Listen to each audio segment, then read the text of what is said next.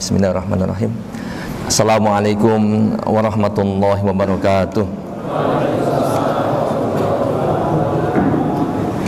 Alhamdulillah wassalatu wassalamu ala Rasulillah wa ala alihi wa sahbihi wa man walah, amma ba'd.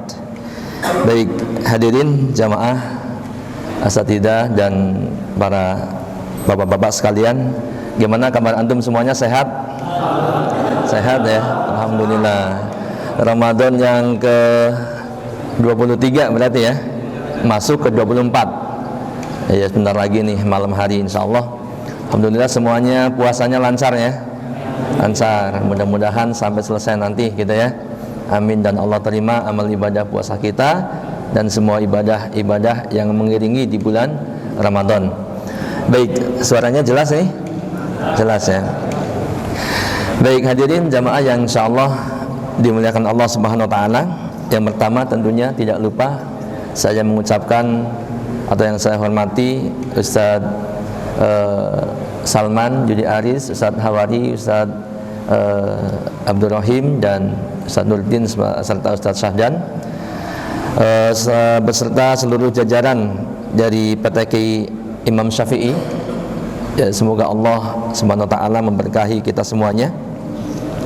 Kemudian selanjutnya sedikit sambutan yang ingin disampaikan, sekedar memanfaatkan momen pertemuan, nggak ada ininya ya, pertemuan apa namanya, pure iftar jama'i gitu ya, mungkin meminjam judul pertemuan di Mendik kemarin ya, ramah tamah dan iftar jama'i atau tausiah menjelang iftar jama'i yang insyaallah nanti akan disampaikan oleh Ustadz kita semuanya, yaitu Ustadz Abdul Rahim Lili LC. Sebelum itu saya ingin menyampaikan atau mengingatkan kepada kita semuanya, khususnya kepada diri anak pribadi, bahwa jangan lupa untuk senantiasa bersyukur kepada Allah Subhanahu wa taala. Ya, memang benar syukur itu kata-kata yang sering kita dengar gitu ya. Kalau nggak syukur ya sabar gitu. Syukur ketika dapat nikmat, sabar ketika dapat masalah. Ya, dua pokok ini kalau ada dalam setiap diri kita, seorang mukmin, seorang muslim, maka semuanya beres gitu. Ya, betul nggak? Iya, betul. Jadi seberat apapun masalah, kalau sabar maka akan jadi ringan, enteng. Gitu ya. Sebaliknya, ketika dapat nikmat dan bersyukur, maka ini akan menjadi nikmat. Ya, akan menjadi besar nikmat itu. Tapi sebaliknya, dapat nikmat kalau nggak pernah bersyukur, segede apapun nikmat itu, maka duit 271 T kurang pasti. Betul nggak? Pasti kurang itu. Iya, itu kurang bersyukur. Coba aja kalau nggak ketangkep pasti bukan hanya 271 ya, mungkin akan 1000 triliun ya. Ya, untuk itu penting ya, saya mengingatkan khususnya untuk anak pribadi untuk senantiasa bersyukur. Dan terlebih untuk kita semuanya nih. Ya, tadi sudah disebutkan oleh Ustadz Salman, dari mulai ya pokoknya dari mulai guru-gurunya sampai katakanlah yang paling mungkin yang paling ringan dalam tanda kutip ya, posisinya di PTK Imam Syafi'i ya, misalkan untuk OB ataupun CS gitu ya, cleaning service ya, ini semuanya ketika kita berada di PTK Imam Syafi'i atau berada di pondok pesantren ya, khususnya karena kita sekarang berada di keluarga besar Imam Syafi'i, maka ini harus disyukuri oleh kita semuanya ya, sebab posisi kita itu sudah posisi yang paling baik gitu, posisi yang terbaik. Percaya nggak? Yakin nggak? Jadi posisi yang terbaik itu presiden belum tentu jadi posisi terbaik. Ya, presiden, kita nggak nyebut presiden mana gitu ya, secara umum nih. Presiden, ya, walaupun di dunia dia punya pangkat katakanlah yang paling tinggi, ya, ketika dia tidak taat kepada Allah, tidak bertakwa kepada Allah, maka nggak ada apa-apanya di mata Allah. Ya, bahkan sebaliknya mungkin akan menjadi orang yang paling hina, betul nggak? Dulu pernah ada orang yang merasa paling hebat, bahkan mungkin paling hebat di dunia, ya, yang semua orang juga kenal sampai sekarang. Siapa namanya? Fir'aun. Ya, lebih hebat daripada presiden sekarang. Ya, bagaimana pandangan Allah terhadap orang itu? Ya, baik, bagus, hebat? Enggak kan? Enggak. Tapi sebaliknya, kalau ada orang yang paling rendah, tetapi ketika dia di posisi yang tepat dan dia beriman, bertakwa kepada Allah, maka itu adalah orang yang paling hebat. Inna akramakum indallahi atqakum. Kan begitu. Nah, kembali kepada syukur. Kita harus bersyukur atas apa yang Allah berikan kepada kita. Posisi kita sekarang, ya, mulai dari manajemen, guru, musyrif, kemudian sampai katakanlah yang paling kecil pun, yaitu OBCS, gitu ya. Bahkan mungkin yang lebih daripada itu hanya orang-orang yang sekedar istilahnya bantu di sini, tidak tercatat sebagai karyawan tapi ikut bantu-bantu katakanlah ya, nemenin OB-nya atau nemenin CS-nya, nemenin tukang taman dan seterusnya. Maka ini adalah satu posisi yang sangat istimewa buat kita. Tidak semua orang bisa mendapatkan anugerah seperti ini, gitu ya.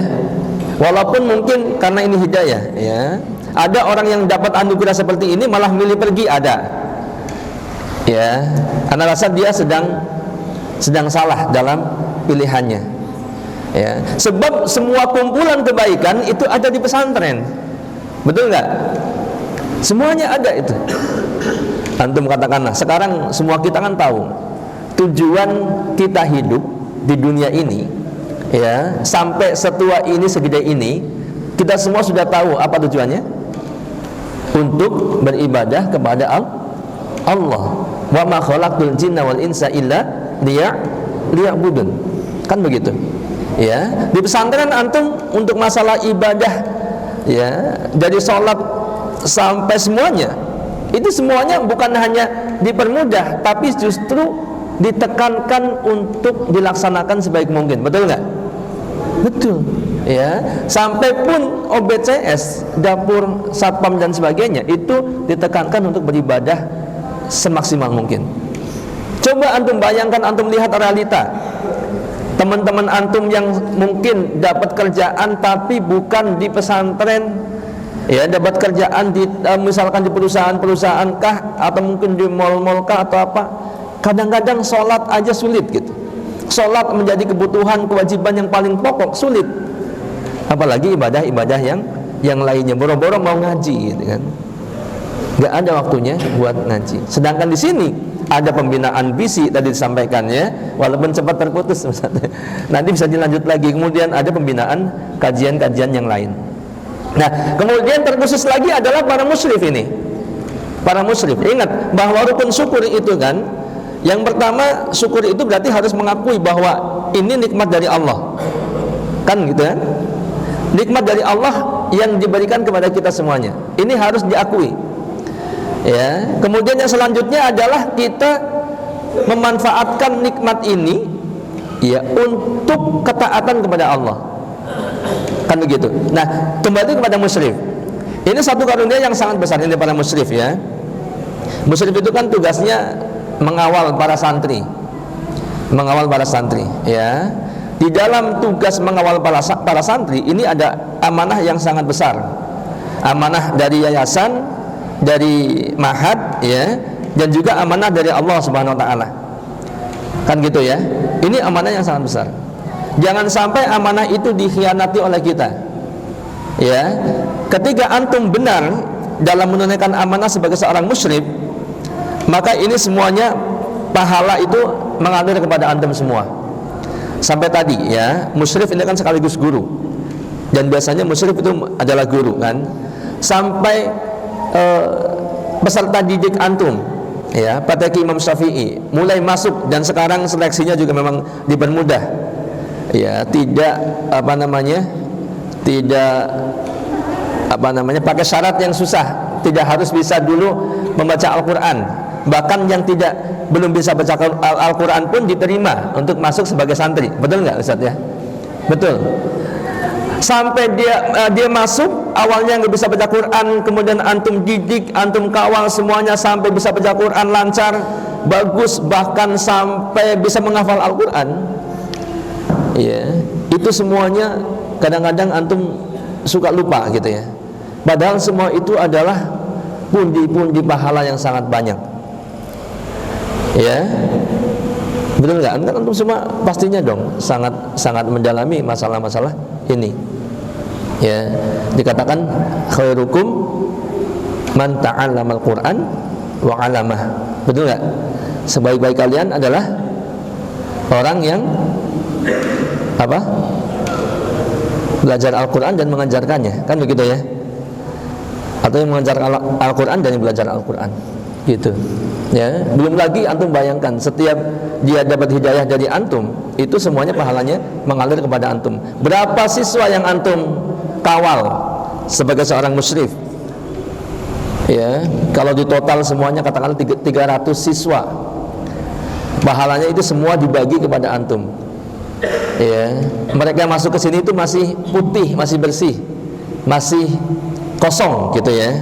Maksudnya putih bersih itu kebanyakan mereka itu mungkin belum paham tentang nilai-nilai agama, ajaran agama Islam. Sampai difahamkan sama antum, ya, mulai dari kewajiban-kewajibannya dia paham, sampai sunnah-sunnahnya dikerjakan, gitu kan? Semua itu pahalanya mengalir untuk antum. Kan begitu. Nah ini jangan lupa tuh, jangan lupakan itu. Nah setelah antum ingat ini, jangan kemudian antum khianati semuanya. Ya, ingat nih, kita nggak sedang menuduh antum, tapi ini warning. Sebab ya, terjadi gitu ya. Mungkin di pesantren lain, musyrif sendiri justru yang berkhianat terhadap amanahnya. Nah ini bahaya dong. Yang harusnya dia menjaga tanaman, malah ada istilah pagar makan tanaman. Ya tentunya bukan siswi perempuan, bukan. Tapi di sisi yang lain, ya, harusnya dia meluruskan kesalahan siswa, malah sebaliknya dia menjadi biang kesalahan siswa, dan itu bisa terjadi. Ya. Nah kemudian sebagai seorang musyrif yang pertama harus menjadi teladan. Harus jadi apa? Teladan, harus jadi suri teladan. Ya, mustahil santri akan jadi baik kalau musyrifnya justru malah nyontohin yang tidak baik. Nggak bisa jadi panutan, nggak bisa jadi teladan. Ya, harusnya musyrif itu bangun lebih dulu sebelum sholat subuh. Ini malah molor sampai ketinggalan jamaah subuh. Ya, berarti ini bukan teladan nih. Ya, atau ini teladan yang tidak baik, contoh yang tidak baik. Gitu kan? Harusnya musyrif itu memanfaatkan waktu, menjaga waktu dengan baik, dan kita tahu urgensi waktu di dalam Islam. Malah musyrif itu yang paling boros terhadap waktu. Ya, boros buat apa? Boros buat sekedar main HP, main medsos, apalagi main game. Nah, itu sudah rusak semuanya. Bagaimana dengan santri-santri antum kalau kita begitu? Itu di sana gitu. Di sini mah insya Allah. Ya, insya Allah ya di sini kan baik semuanya. Harapannya begitu. Ya. Nah kemudian selain teladan, musyrif itu juga harus menjadi motivator. Ya, harus menjadi motivator. Nah pentingnya musyrif itu harus senantiasa mengupgrade tanpa dikoordinir pun. Masing-masing musyrif, masing-masing guru harus pintar mengupgrade diri sendiri. Ya. Karena apa? Karena musyrif itu harus menjadi motivator buat santri-santrinya. Ya. Nanti suatu saat kalau antum benar jalankan ini, ya, santri baru ngelihat antum saja. Kalau dia lagi santai-santai, udah adzan sholat apa itu gitu ya, subuh, duhur, asar, maghrib, isya, ngelihat antum jalan, dia lagi santai, dia langsung buru-buru. Sebab motivatornya adalah antum, teladannya adalah antum. Nggak perlu antum ngomong, nggak perlu antum ngomel-ngomelin santri-santri itu, udah otomatis nggak enak sama Ustadz Fulan, ya karena dia luar biasa gitu. Ya kan saya kepada Ustadz Hawari segen gitu kan. Ustadz Hawari itu kalau sholat nggak di sana nggak di sini, antum saksikan di sini pasti paling depan terus, betul nggak? Sadawari mana? Enggak, yang biasa sholat bareng, tahu enggak? Di sana pun begitu, paling depan terus. Ya, itu musyrif harus begitu. Musyrif jangan, kecuali memang yang ditugasin buat sapu bersih, lain lagi ya. Tahu sapu bersih? Maksudnya sapu bersih, kalau santri ada yang masih bandel, nah itu ya sapu bersih, ngoprak-ngoprakin. Sholat di belakang nggak apa-apa gitu.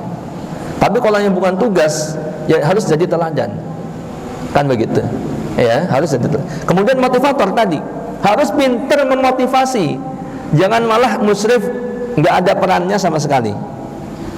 Ya, dan setiap motivasi yang diberikan kemudian dilaksanakan, tidak dilaksanakan pun dapat pahala, apalagi kemudian dilaksanakan sama santri-santri antum, maka itu berarti pahala semua buat antum. Ya, pahala semua buat antum. Nah, kemudian yang ketiga adalah berperan sebagai komunikator. Ya, ingat ini penting juga. Ingat, kita sedang menjaga, membimbing, mendidik, mengawal anak orang. Ya, santri-santri itu punya orang tua, anak-anak orang, anak kaum muslimin. Bahkan boleh jadi adalah kebanggaan orang tuanya. Ya, ketika orang tuanya pengen menghubungi anaknya, ya, mungkin ada hal yang penting atau sekedar menyapa, menanyakan kabar langsung dengan anaknya, jangan kemudian antum susah dihubungin. Ya, harus menjadi jembatan komunikasi kepada orang tuanya kah atau kepada manajemen. Ya, maka harus punya kecakapan dan punya kesigapan, punya kesadaran gitu. Jangan sampai pelang dihubungin nggak bisa berhari-hari, nggak aktif HP-nya. Ya, entah di mode pesawat atau entah sibuk main game sehingga ketika ditelepon nggak kelihatan ada WA masuk. Nah, itu bahaya gitu. Ya, kalau antum mau main game terus, jangan di sinilah tempatnya gitu. Nggak cocok di sini. Antum juga pasti merasa berdosa dong, buang-buang waktu antum gitu kan. Nah, ini jangan sampai seperti itu. Nah, kemudian selain itu adalah sebagai administrator. Artinya ya, semua hal-hal yang perlu antum catat, ya, melihat perkembangan ataupun kekurangan daripada santri yang perlu diperbaiki dan sebagainya, itu dicatat sebagai pegangan antum. Ya, kemudian suatu saat dibutuhkan atau saat itu dibutuhkan, dilaporkan kepada manajemen, ataupun perkembangan yang baik itu bisa disampaikan kepada orang tua. Nah, ini ya, ini mengerucut kepada musyrif. Namun di balik semua itu, ya, pada dasarnya kita harus bersyukur. Kalau sudah syukur, ingat ya, kalau sudah syukur, maka insya Allah antum ringan dalam menjalankan amanah sebagai seorang guru ataupun musyrif di PTQ Imam Syafi'i ini. Ya, syukur. Tapi kalau nggak syukur, semuanya jadi beban buat antum. Baru ditugasin antum nanti tolong standby dari jam sekian sampai jam sekian, jadi beban karena antum nggak bersyukur. Tapi kalau bersyukur, tugas seberat apapun jadi ringan dan Allah akan tolong antum. Ya, Allah tolong antum semuanya. Nah, untuk itu ini sebagai pengingat buat kita semuanya, ya. Anda rasa, saya percaya ya, insya Allah semua yang ada di PTQ Imam Syafi'i, dari mulai tadi kita singgung masalah kemusyrifan gitu ya, dan ini menjadi PR besar buat kita untuk terus meningkatkan. Ya, meningkatkan itu dari yang bagus menjadi lebih bagus. Ya, bukan berarti kurang bagus, jelek, bukan. Bagus menjadi lebih bagus lagi, ya. Sebab antum harus ingat bahwa pesantren kita itu bukan pesantren kecil yang paling asramanya 2 lokal gitu ya, kemudian santrinya paling 30 sampai 60. Ya, suatu saat insya Allah, ya, bahkan sekarang saja kapasitasnya sudah lebih daripada 300 orang, dan luas daripada area pesantren kita sampai 2 hektar ya, Ustaz ya. Anda melihat kalau antum nggak serius yang diamanahi, maka semuanya tidak akan berjalan dengan baik. Ya, untuk itu ini sebagai pengingat. Ingat, pengingat itu mengingatkan untuk berbuat baik atau kepada kebaikan, berarti ini adalah bentuk cinta kepada orang yang diingatkan. Ya, berbeda kalau orang sudah nggak peduli. Antum pasangan suami istri. Ya, kalau pacaran kan nggak boleh ya, betul nggak? Oh boleh, anak muda mah nggak boleh. Pacaran kalau sudah nikah boleh.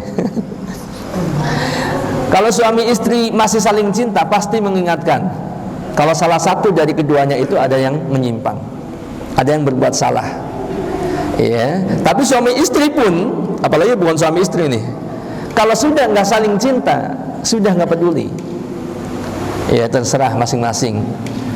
Kan gitu. Malah yang ada istrinya pulang ke orang tuanya, suaminya entah di mana, gitu kan? Itu berarti sudah nggak saling cinta. Ya, dan mengingat anak kepada antum semua sebagai orang tua, gitu kan? Ya, anak ini adalah orang tua antum semuanya karena anak ada di yayasan, gitu ya. Maka kita punya kewajiban, ya, mengingatkan sekaligus sebagai rasa cinta kita kepada antum semuanya. Begitu ya. Untuk itu mohon difahami. Mohon difahami, diperbaiki semua kita. Ya, walaupun waktunya singkat, tentunya nggak akan cukup ya kalau untuk menyampaikan semua yang bisa disampaikan, ya. Tapi mudah-mudahan yang singkat ini bisa bermanfaat untuk kita semua sambil menunggu waktu buka puasa, dan insya Allah sebentar lagi akan dilanjut dengan tausiah.